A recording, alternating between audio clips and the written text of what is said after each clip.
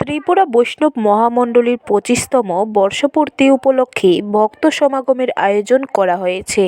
আগামী শনিবার এই মহাসম্মেলন অনুষ্ঠিত হবে রাজধানীর ক্ষুদিরাম বসু ইংরেজি মাধ্যম স্কুল মাঠে।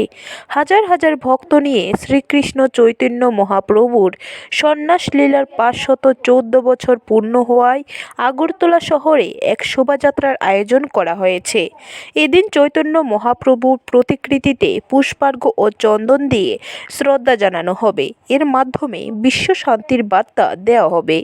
আগরতলা প্রেস ক্লাবে বৃহস্পতিবার এক সাংবাদিক সম্মেলনের আয়োজন করে এ বিষয়ে বিস্তারিত জানান ত্রিপুরা বৈষ্ণব মহামণ্ডলীর পক্ষ থেকে।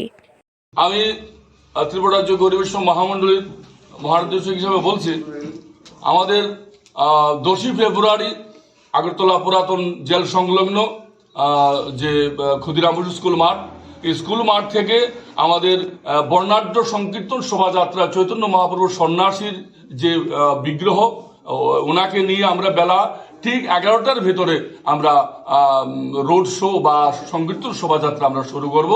আমরা সংকীর্তন শোভাযাত্রা হবে ক্ষুদিরাম বসু স্কুল মাঠ থেকে পূর্বাশা থেকে গণরাজ্যমণি, গণরাজ থেকে মোটর স্ট্যান্ড থেকে মরচুমনি থেকে আবার সেই মাঠে আমরা ফিরে আসব।